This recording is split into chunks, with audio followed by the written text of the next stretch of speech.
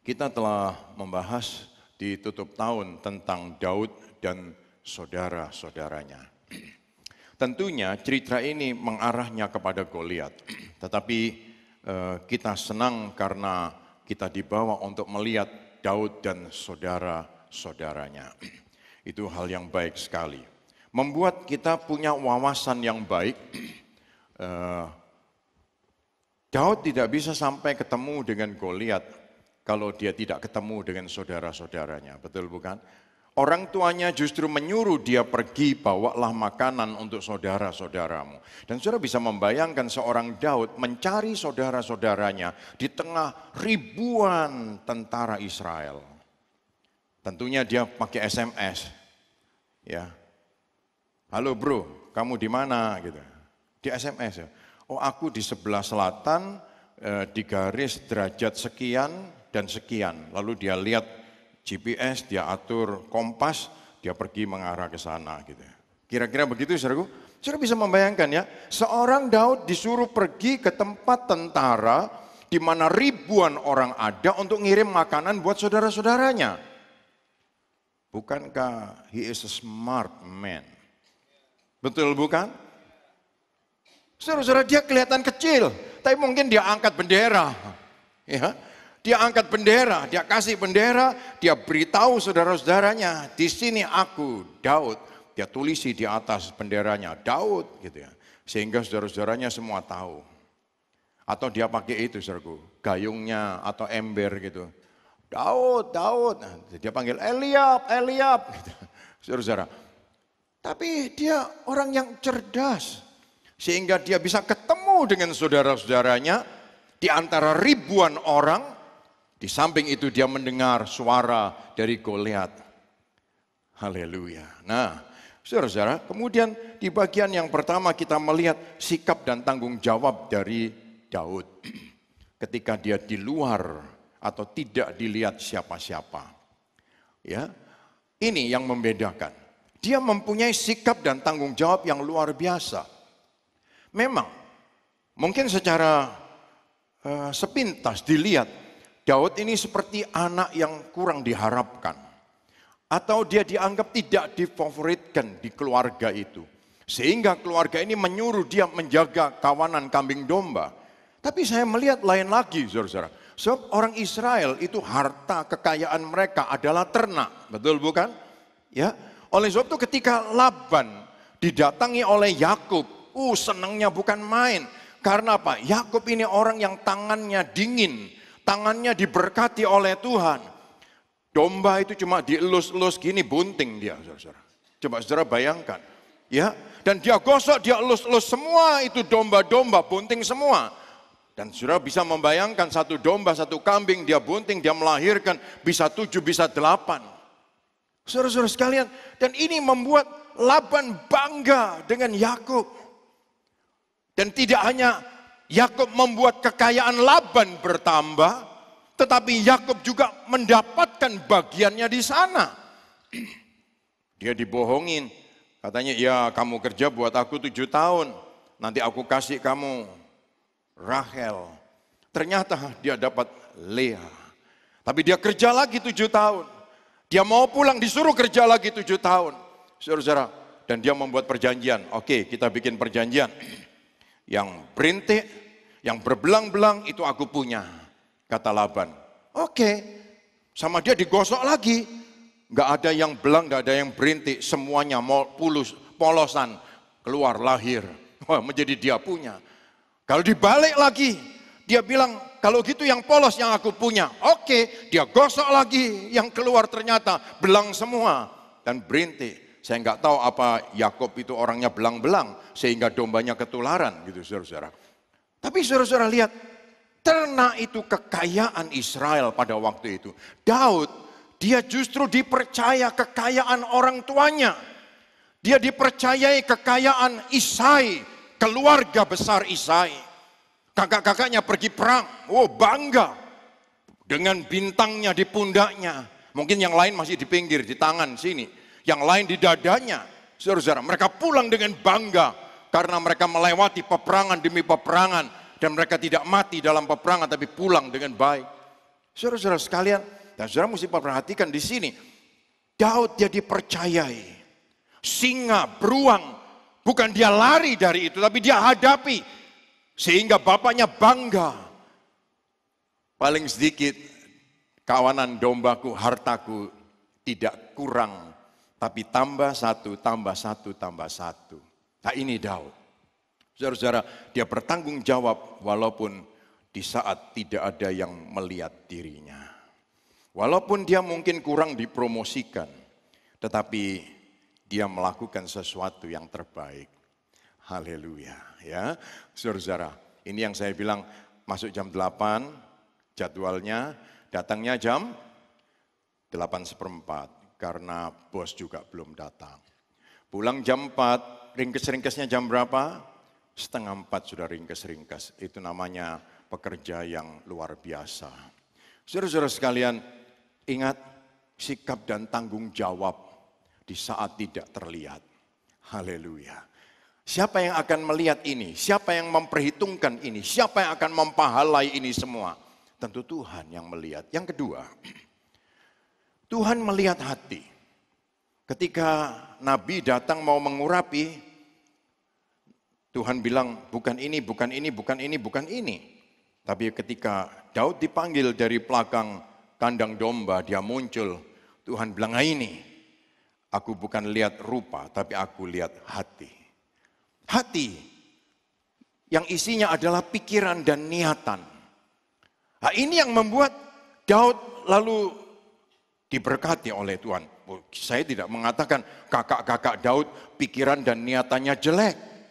Tapi entah mengapa Tuhan melihat ada sesuatu yang spesial dari Daud, dari pikiran dan niatannya. Ada sesuatu yang spesial. Semua orang punya pikiran baik, semua orang punya niatan baik. Tetapi ada yang lebih. Dia bukan yang average, tapi dia lebih dari itu. Saudara, dan ini ada di hati Daud. Sehingga Tuhan tidak segan-segan menyebut, aku telah menemukan seorang yang cocok dengan hatiku. Aku menemukan seorang yang cocok dengan hatiku. Haleluya. Karena apa? Pikiran dan niatannya melebihi average. Melebihi rata-rata pikiran dan niatannya. Saudara-saudara sekalian, dan tidak hanya itu, yang ketiga dia mencatat tentang memilih tantangan. Haleluya. Daud dengan kakak-kakaknya ketika dia menghadapi masalah, orang Israel menghadapi masalah. Saudara-saudara lihat di sini, Daud bukan sudah ada Goliat cari masalah dengan saudara-saudara, bukan. Ya, saudara-saudaranya mengata-ngatain dia apa saja, ayat itu menyebut, oke, baik, terima kasih. Dia tidak menjawab apa-apa, dia tidak membantah apa-apa, dia hanya berkata, aku datang cuma buat bawa makanan sama kamu. Karena aku lihat, aku tanya, aku bukan datang ke sini untuk main-main. Kalau mereka menilai Daud seperti ABC, dia hanya berkata, oke, terima kasih. Dan saudara-saudara, dia tinggalkan saudara-saudaranya, lalu dia ketemu dengan raja. Saudara lihat ya, dia mengerti memilih tantangan. Saya bilang musuh itu udah banyak. Kita mesti tahu target, jangan cari musuh baru. Target kita mesti jelas supaya fokus kita nggak kemana-mana gitu. Ya, fokus kita jelas, fokus kita tajam, dan kita akan melihat hasil ketika fokus kita tajam. Puji nama Tuhan. Nah ini Daud, dia mengerti memilih tantangan. Dia tidak mau diarahkan ke arah yang lain. Wah ini mungkin tipu muslihat iblis. Supaya dia bertengkar dengan saudara-saudaranya. Lalu dia tidak jadi ketemu Saul, dia tidak jadi ketemu dengan Goliat. Bisa jadi, saudara-saudara. Dan mungkin iblis sedang menyiapkan jalan itu untuk kita. Sehingga kita dipancing, diumpan. Lalu target kita meleset. Tapi mari saudara-saudara, kita mau lihat di tahun 2016, kita mesti lebih tajam lagi. Haleluya. Supaya pikiran dan niatan kita jelas dilihat oleh Tuhan. Saudara-saudara, dan jangan sampai kita berkata, ya Tuhan tahu hatiku.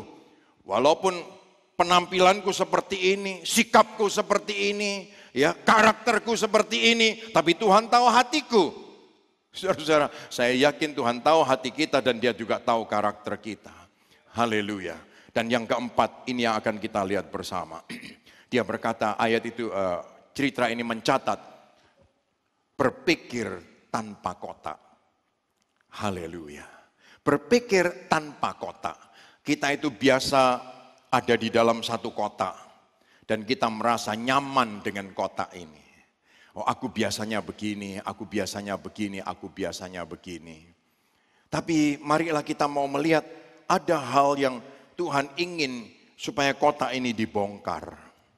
Kita bisa pakai cara yang lama, kita bisa pakai cara yang baru. Dan ini yang dilihat oleh Daud.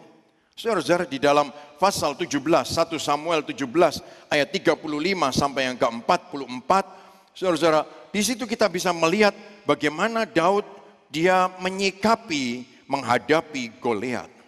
Goliat yang begitu luar biasa penampilannya. Saudara-saudara, Daud menghadap kepada Saul, dia ngomong cerita sama Saul. Dia bawa tongkatnya, dia bawa pentungnya. Dia berkata, dengan ini aku maju menjagai kawanan domba bapakku. Singa beruang datang, hanya dengan senjata ini aku maju dan aku menang. Dan aku yakin orang Goliat ini, orang Filistin ini juga dapat aku kalahkan. Saul dia menanggapi semangat orang muda ini dengan sikap positif. Lalu apa yang dia lakukan? Dia berkata, oke, kalau gitu kamu boleh pergi, kamu pakai pakaianku. Saudara-saudara lihat pakaian perang zaman yang lalu, saudara-saudara. Ya, di sini saya tampilkan beberapa foto. Buat saudara-saudara ketika saya singgah di yang disebut dengan Amber Castle. Saya senang di Eropa kita bisa hunting castle dengan beberapa kawan. Ya, saya naik ke atas gunung-gunung, kita melihat ada castle, Schloss bahasa Jermannya. Dan di situ ada disimpan banyak sekali pakaian-pakaian perang zaman dulu yang terbuat dari besi, dari baja, yang tidak mudah ditembus oleh tombak atau oleh pedang. Sehingga orang berdiri saja dia keberatan. Sudah bisa membayangkan ketika Daud dia disuruh pakai pakaian Saul. Saul itu satu kepala lebih tinggi dari semua orang Israel. Daud itu disebut orangnya imut-imut, kecil. Dia memakai pakaian itu, dia jalan kesulitan. Dia jalan seperti robot. Ya ini kan kelihatan memang seperti robot, betul bukan ya? Ya saya bilang andai kata Daud itu pinter kungfu sekalipun, ketika dia mau begini, krempeng, besinya nyantol satu dengan yang lain dan dia tidak bisa bergerak. Saudara-saudara, dan ini menjadi kesulitan buat Daud. Daud bukan tidak mau, dia mau. Buat Daud tidak ada kotak. Kalau ada yang baik, kenapa tidak? Jangan sampai seperti kata-kata zaman sekarang. Kalau bisa dipersulit, kenapa dipermudah? Saudara-saudara, kalau buat Daud, dia berpikir apa saja yang bisa dipakai, kenapa tidak kalau itu lebih baik? Ya, daripada pentung saja. Ternyata dia mau jalan pun sulit, diberi pedang lebih sulit lagi. Saudara-saudara, dan akhirnya dia berkata kepada Saul, izinkan aku maju sebagaimana aku ada. Dan begitu dia maju menghadapi Goliat. Dan saudara tahu siapa Goliat? Bagaimana bandingannya Goliat dengan Daud? Tanggal 31 kita diceritain tingginya 3 meter. Ya, dan saudara bisa melihat gambar ini, kira-kira seperti inilah perbedaan atau perbandingannya. Dia begitu kecil sedangkan Goliat begitu tinggi besar. Saudara-saudara, tetapi Daud dia mempunyai kepastian. Dia berani keluar dari kota. Dia bongkar kotanya. Haleluya. Dia jalan seperti sebagaimana dia mendapat pesan dari Tuhan untuk hidupnya.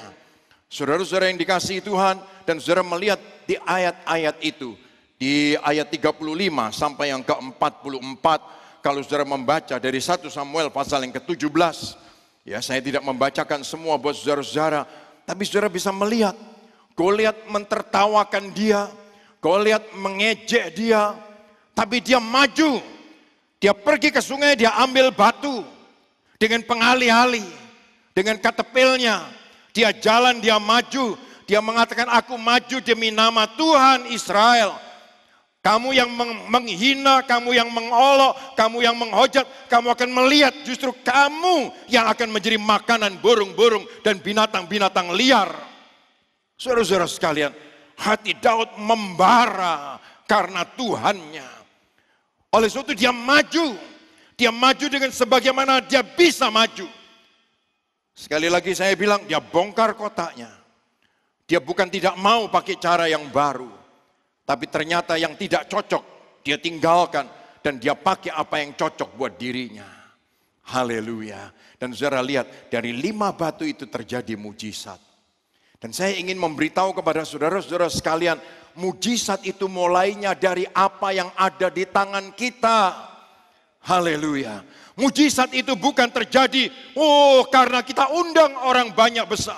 Dan orang-orang yang kelihatannya lebih-lebih. Itu yang mendatangkan mujizat. No. Saudara-saudara, justru mujizat terjadinya dari seberapa yang ada di tangan kita. Haleluya. Dengan 5 batu itu dia maju. Dia berkata, demi nama Tuhan Israel. Saudara-saudara bisa membayangkan pakaian besi yang menutupi seluruh tubuh. Tahu-tahu batu ini bisa melayang masuk di kepala Goliat. Membuat Goliat roboh. Luar biasa. Saya bisa membayangkan dia mengangkat pedangnya Goliat saja. Yang berapa puluh kilo. Untuk memotong kepalanya Goliat. Mungkin dia megangnya mesti dengan 2 tangan. Untuk memotong kepalanya. Saudara-saudara sekalian. Tapi itu dia lakukan. Kemudian Goliat roboh. Dia melihat dan mengalami mujizat. Hanya dari 5 batu yang ada di tangannya. Oh, puji nama Tuhan. Saudara-saudara yang dikasihi Tuhan, saya ingin mengajak saudara-saudara melihat mujizat demi mujizat akan terjadi dalam hidup kita ketika kita berani memberitahu Tuhan, Tuhan ini yang ada di tangan kami dan ini yang kami persembahkan, kami serahkan kepada Tuhan. Saudara-saudara bisa membayangkan dengan 5 roti 2 ekor ikan memberi makan 5.000 orang, lain anak-anak dan orang-orang perempuan. Kurang lebih bisa ada 1.500 orang hari itu. Mereka semua makan hanya dari 5 roti dan 2 ikan. Saudara bisa membayangkan saudara-saudara. Mungkin saudara berkata, Tuhan aku punya cuma ini. 5 roti 2 ikan ini cuma dimakan 1 sore habis dengan keluargaku. Kalau ada 3 orang di rumah. Tapi saudara lihat, dia bisa mencukupi 1.500 orang. 500 orang laki-laki, belum terhitung perempuan dan anak-anak. Dan saudara hitung, kalau ada 1.500 orang makan, itu saya bilang kira-kira hidup untuk 2 tahun. 1 tahun cuma 365 hari. Betul bukan? Coba saudara-saudara bayangkan, 5.000 orang, 15.000 maafkan. 15.000. Berarti bisa cukup dipakai untuk makan 2-3 tahun. Saudara-saudara, 1 tahun hanya 365 hari. Tapi dari 5 roti dan 2 ikan mencukupi itu semua. Haleluya. Saudara-saudara yang dikasihi Tuhan, dari apa yang ada di tangan kita, Tuhan mengadakan mujizat. Oleh sebab itu jangan pernah merasa kecil. Jangan pernah merasa aku tidak punya apa-apa. Jangan merasa modalku tidak cukup. Jangan pernah merasa bagaimana aku akan menanjak naik. Sedangkan aku tidak punya daya lebih. Saudara-saudara, ketika janda itu disuruh mengumpulkan botol-botol kosong oleh Nabi. Haleluya. Karena dia punya minyak yang sisa sedikit di botolnya sendiri. Lalu dia pergi menyuruh anaknya mengumpulkan semua botol kosong yang ada di kotanya. Di sekeliling tetangganya. Makin jauh dia kumpulkan, makin banyak. Saya bilang, kalau dia tanya saya kasih tahu di semut banyak botol kosong gitu. Tapi sayangnya waktu itu dia nggak tanya gitu saudara-saudara. Sehingga dia terbatas, dia kumpulkan seberapa yang ada.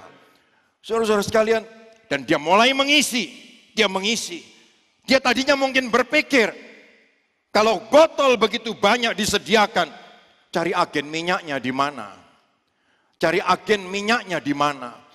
Tapi justru Nabi berkata, isilah mulai dengan botol minyakmu yang sedikit itu. Dan dia isi, dan tidak pernah habis dari botol yang isinya minyak hanya sedikit ini. Luar biasa. Saudara-saudara yang dikasihi Tuhan, kita mesti percaya mujizat terjadi bukan karena ada orang kirim satu tangki minyak. Tapi justru mujizat terjadi ketika dari satu botol yang isinya minyak sedikit dituangkan dan tidak pernah habis. Luar biasa. Saudara-saudara, demikian juga dengan janda Sarfat. Nabi datang ke rumahnya, dia berkata, "Permisi, aku minta tolong kamu bikinkan aku makan. Karena ini musim kelaparan." Nabi dia berkata, tidak akan turun hujan 3 tahun lamanya. Dan beneran hujan gak turun. Nabi pun sampai kelaparan, saudara-saudara. Dia kena efeknya. Nah, ini yang saya bilang, doakan sejahtera kotamu, supaya sejahtera kotamu menjadi sejahteramu. Haleluya. Saudara-saudara, dan lihat, dia menjawab, tepungku hanya cukup 1 kali makan untuk aku dan anak-anakku. Kalau kamu minta, lalu bagaimana caranya aku membagi? Tapi Nabi hanya berkata, buatkan untuk aku dulu dan kemudian untuk dirimu dan anakmu. Perempuan ini akhirnya dia tidak membantah. Dia bikin tepung itu sebagaimana dia bisa. Ternyata dia bikin hanya jadi 1, hanya kenyang untuk Nabi sendirian. Tapi kemudian dia balik, dia lihat, lu tepungku ada lagi. Dia bikin lagi, ternyata cukup untuk dia dan anak-anaknya. Dia kembali lagi, dia lihat, loh ada lagi, dia bikin lagi. Luar biasa. Saudara-saudara, thank you card yang diberikan buat kita. Andai kata saya gosok-gosok tadi, saudaraku, lalu dia jadi uang 100.000 gitu. Ada yang mau enggak? Saudara mau tahu ini bisa jadi 100.000? Mau tahu? Tapi enggak sore inilah, lain kali, karena saya belum belajar. Ya, saudara-saudara sekalian, semua orang mau. Coba saudara-saudara, ketika janda ini diberitahu oleh Nabi, buatkan buat aku lebih dulu, nanti bisa buat kamu dan anak-anakmu. Dia nggak pernah membayangkan itu bisa terjadi. Dia cuma pasrah karena Nabi minta. Dan dia lakukan itu. Dan luar biasa. Tiap kali dia bikin, ada lagi. Tiap kali dia bikin, ada lagi. Tiap kali dia bikin, ada lagi. Hatinya mungkin gregetan. Dia berkata begini, kenapa sih Nabi kamu tidak mau menyediakan 1 karung tepung dan aku yakin aku hidup sampai masa kelaparan lewat. Saudara bisa membayangkan masa kelaparan lewat, masa tanam datang, masa panen datang. Nah, itu berapa panjang? Keluarga ini terpelihara sampai masa panen itu datang. Oh luar biasa. Saudara-saudara sekalian, oleh sebab itu kita percaya mujizat terjadi.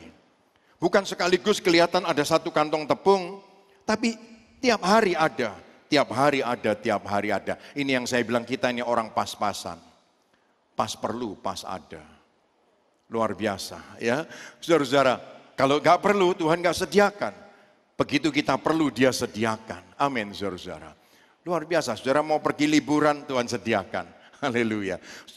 Saudara-saudara mau pergi kemana saja Tuhan sediakan. Saudara mau beli apa Tuhan sediakan. Pas perlu, pas ada. Nggak perlu, nggak usah ada. Karena nyimpennya susah. Orang tahu dia datang ke rumah kita. Nanti kantor pajak datang juga. Tapi kalau pas perlu, pas ada itu paling enak. Betul bukan? Ya saudara-saudara. Luar biasa. Saudara-saudara sekalian, ini mujizat. Haleluya. Ketika mereka rasul-rasul ada di dalam penjara, orang di penjara doanya apa? Dia berkata, Tuhan kirimkan lawyer yang baik. Tuhan tolong supaya bapakku di rumah dia bisa dapat lawyer yang baik sehingga aku bisa lepas dari masalahku ini. Aku berdoa dalam nama Yesus. Tapi apa yang mereka lakukan? Mereka memuji Tuhan. Mereka menyanyi. Mereka menyembah. Di mana? Di penjara. Ini yang telah kita bahas bersama. Bumi ini telapak kaki Tuhan berpijak di bumi. Ketika Tuhan dengar beat-beat yang bagus, dum dum dum dum dum dum dum, kakinya ikut beat. Waduh, lalu bumi bergetar. Rantai putus, penjara terbuka. Haleluya. Saudara-saudara, karena apa? Rasul-rasul memuji Tuhan. Mujizat terjadi. Ketika kita susah, apa yang keluar dari mulut kita? Mengeluh. Haleluya. Sorga nggak bisa terima suara mengeluh. Tapi sorga mendengar suara pujian. Haleluya. Dia senang dengan suara pujian. Saudara-saudara, oleh sebab itu marilah kita mau memuji Tuhan. Di setiap keadaan, setiap kesempatan. Oh tentu Tuhan mendengar jeritan doa kita. Air mata kita dihargai oleh Tuhan. Tapi dia lebih suka mendengar pujian, penyembahan, pengagungan yang dinaikkan oleh setiap orang-orang yang percaya. Haleluya. Dan ini mendatangkan mujizat. Saudara-saudara, dan tidak hanya itu. Saya senang dengan cerita Yosafat. Yosafat menghadapi Moab. Peperangan ini menakutkan buat Yosafat. Yosafat sudah punya sistem negara, keamanan yang cukup baik. Tapi tetap dia takut dengan peperangan. Lalu dia berdoa. Yahasiel, seorang Lewi, dia memberitahu, majulah dalam pertempuran. Tetapi engkau tidak ikut berperang. Engkau berdiri dan berdiam saja. Dan engkau melihat kemenangan yang dari Tuhan. Luar biasa. Saya senang dengan pesan ini. Majulah dalam pertempuran. Engkau tidak berperang. Tetapi stand still and see the victory from the Lord. Kemenangan yang datang dari Tuhan. Oh puji nama Tuhan. Saudara-saudara yang dikasihi Tuhan. Masih ada banyak mujizat yang dicatat oleh Alkitab. Yang tidak dapat diceritakan semuanya. Tapi mari kita mau mengingat. Tahun yang lalu ada mujizat yang sudah kita lewati. Orang semua bilang tahun 2015 itu seperti gelombang besar. Gelombang besar. Dan saya berkata kalau kita bisa jalan di atas gelombang besar. Sampai di akhir tahun. Dan sekarang kita memasuki tahun 2016. Kita sudah biasa dengan gelombang besar. Haleluya. Mujizat sudah terjadi. Dan kalau menghadapi 2016 tidak ada gelombang, saya khawatir saudara-saudara merasa kesepian. Orang-orang yang main selancar, surfing, mereka cari gelombang, betul bukan? Kalau tidak ada gelombang, surfing tidak bisa main, saudara-saudara. Dan marilah kita mau melihat ada mujizat yang Tuhan sediakan buat kita yang lebih besar lagi. Tahun lalu tahun latihan. Tahun depan adalah tahun kemenangan. Haleluya. Buat kita semua. Puji Tuhan. Saudara-saudara, oleh sebab itu, apapun yang kita hadapi. Mungkin kita berkata, waduh kesulitanku begitu banyak. Ini dan itu. Melebihi biasanya. Tagihanku, cicilanku, dan lain sebagainya. Saudara-saudara sekalian. Ya itu semua kan yang kita yang bikin, saudara-saudara. Betul bukan? Kalau kita nggak bikin kredit, kita nggak bikin cicilan, betul bukan?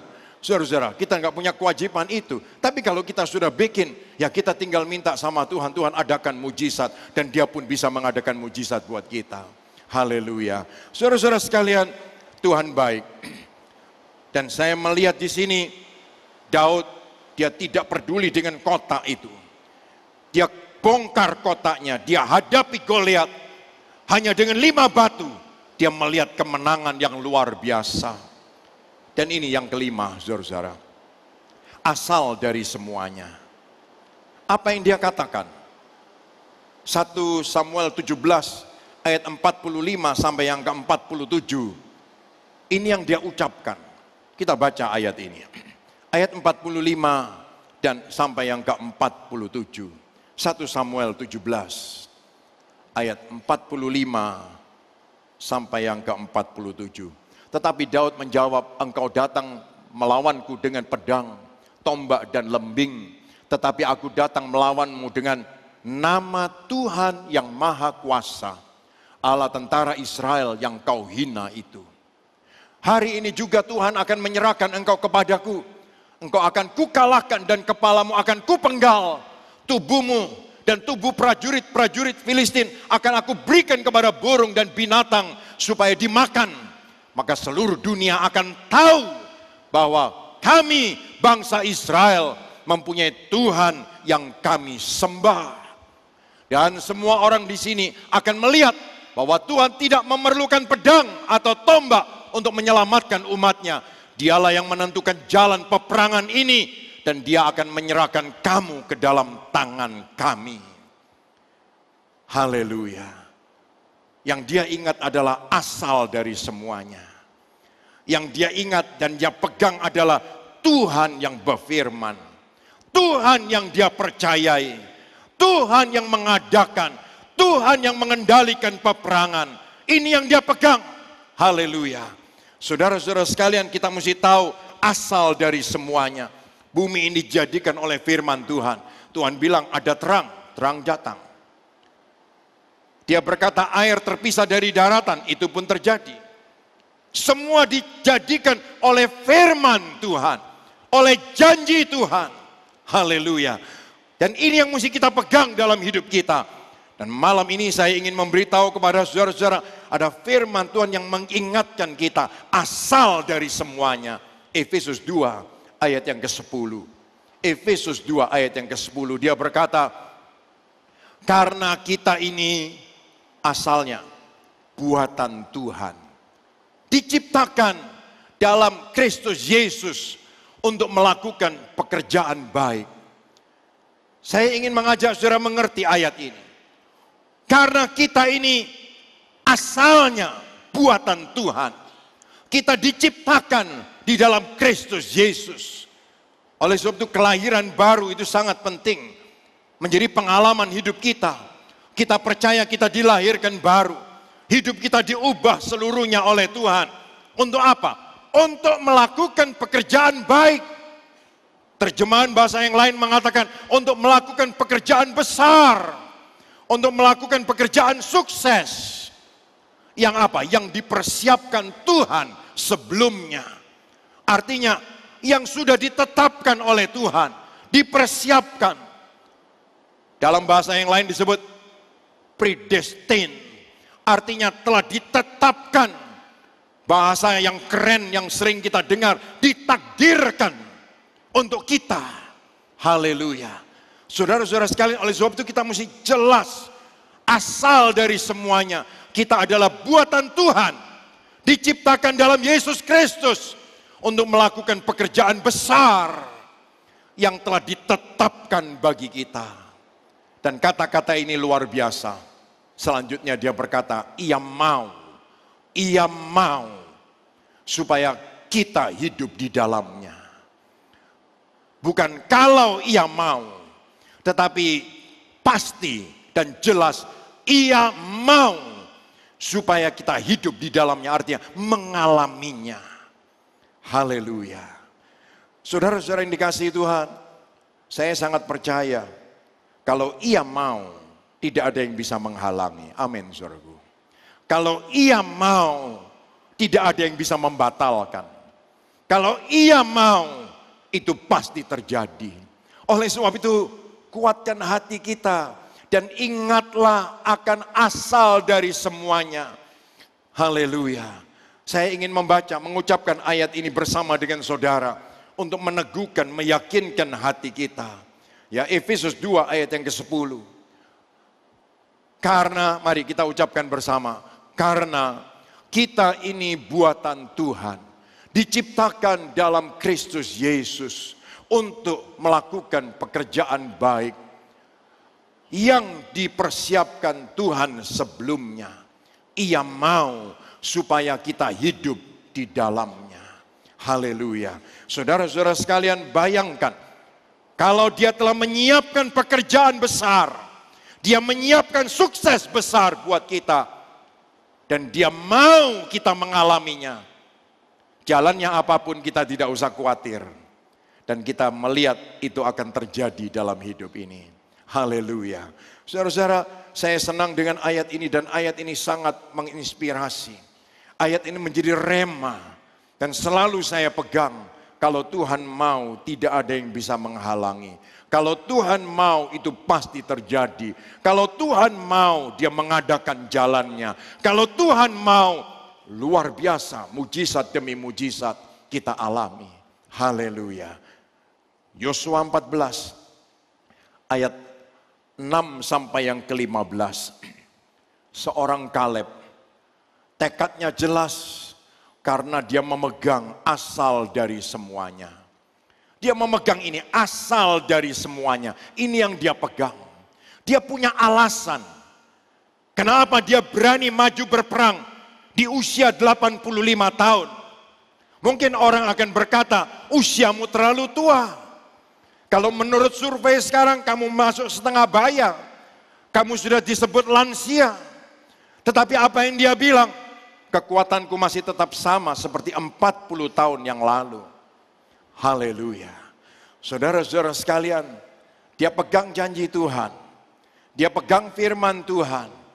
Dan dia berkata, izinkan aku naik ke Hebron. Bukit, gunung. Hebron itu artinya Kiryat Arba.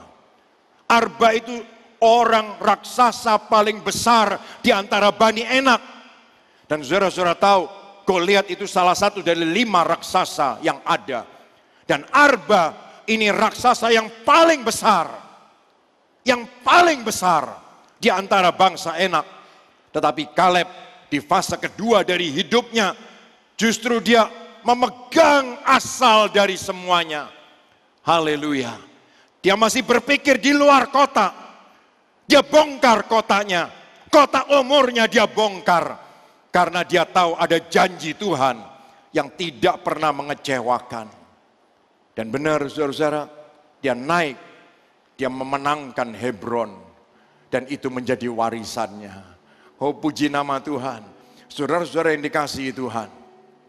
Saya tidak tahu kota apa yang biasanya membatasi kita. Keterbatasan kemampuan kita, Tuhan bisa melengkapi kita lebih. Keterbatasan finance kita, dia bisa mengadakan supply yang lebih dari yang kita tahu. Apa yang menjadi kotak kita? Kesehatan kita dia bisa kasih lebih. Apa? Mungkin pendidikan kita nggak mumpuni, dia bisa kasih lebih. Haleluya. Saudara-saudara, mungkin ada yang berkata, Tuhan, ini IQ ku nggak tinggi, IQ ku rendah. Dan saya pikir juga jangan terlalu tinggi. Terlalu tinggi kadang-kadang idiot juga. Saudara-saudara. Tapi begitu, dia bisa mengadakan apa saja. Haleluya. Bongkar kotaknya. Supaya kita nggak pakai alasan-alasan lagi. Ya karena ini, ya karena itu, karena ini, karena itu. Kita nggak maju-maju. Tapi mari saudara-saudara, kita mau datang sama Tuhan. Engkau sebagai ibu rumah tangga, sebagai kepala rumah tangga, sebagai kakak, sebagai adik, sebagai orang tua, sebagai anak. Ingat, tidak ada kotak, kotaknya kita bongkar. Tapi yang kita pikirkan Tuhan. Kita tahu target kita, Goliat. Haleluya. Kita tahu target kita, Arba. Puji Tuhan. Saudara-saudara yang dikasihi Tuhan, jangan sampai lalu kita jadi bingung dengan apa yang ada di sekeliling kita dan kita ribut. Target kita tidak tercapai. Tapi mari saudaraku, saya percaya Alfa Omega, AOC, kita akan melihat mujizat, mujizat, mujizat, mujizat. Dari kemuliaan kepada kemuliaan, kepada kemuliaan, kepada kemuliaan. Ini yang sedang dia sediakan buat kita semua. Tapi saya ingin mengajak saudara untuk memegang satu. Ia mau. Ia mau. Tuhan mau. Tuhan mau. Tuhan mau. Setiap kali saya merenungkan ayat itu, air mata saya bercucuran. Saya bilang terima kasih Tuhan. Engkau menjadikan kami, Engkau membuat kami. Engkau mempersiapkan kami untuk pekerjaan besar. Dan bukan kalau Tuhan mau, tapi memang Ia mau. Memang Ia mau. Memang Tuhan mau kita mengalaminya. Haleluya. Haleluya. Saya ingin bersama dengan saudara kita jalan ikut Tuhan. Jalan ikut Tuhan itu petualangan luar biasa. Dia ajak kita lihat tahun 2015 petualangan begitu panjang. Wah, menakutkan. 2016 mungkin lebih lagi, kita tidak tahu. Tapi satu tujuan Tuhan membawa kita untuk melihat kemenangan, kemenangan, kemenangan, kemenangan. kemenangan. Ia mau kita mengalaminya. Apa yang sedang ada di hatimu? Beritahu Tuhan. Beritahu Tuhan. Saudara membaca surat kabar, 50 pengusaha setiap hari bicara tentang Indonesia. Satu-satu cerita. Yang lain bilang, oh Indonesia akan maju 3 tahun lagi. Yang lain lagi bilang 10 tahun lagi. Yang lain lagi bilang macam-macam. Kita tidak peduli orang bilang. Tapi kita peduli dengan asal dari semuanya. Yaitu firman Tuhan. Firman Tuhan bilang apa sama kita? Di tengah-tengah kesukaran itu menjadi batu loncatan justru buat kita. Untuk melambung. Saudara-saudara sekalian, malam ini pastikan kita keluar dari tempat ini, hati kita diisi dengan satu kepastian untuk melangkah. Hari Senin, hari yang pasti buat kita. Januari luar biasa. 2016 amazing. Tahun yang dahsyat. Kita berdiri bersama-sama. Haleluya. Haleluya.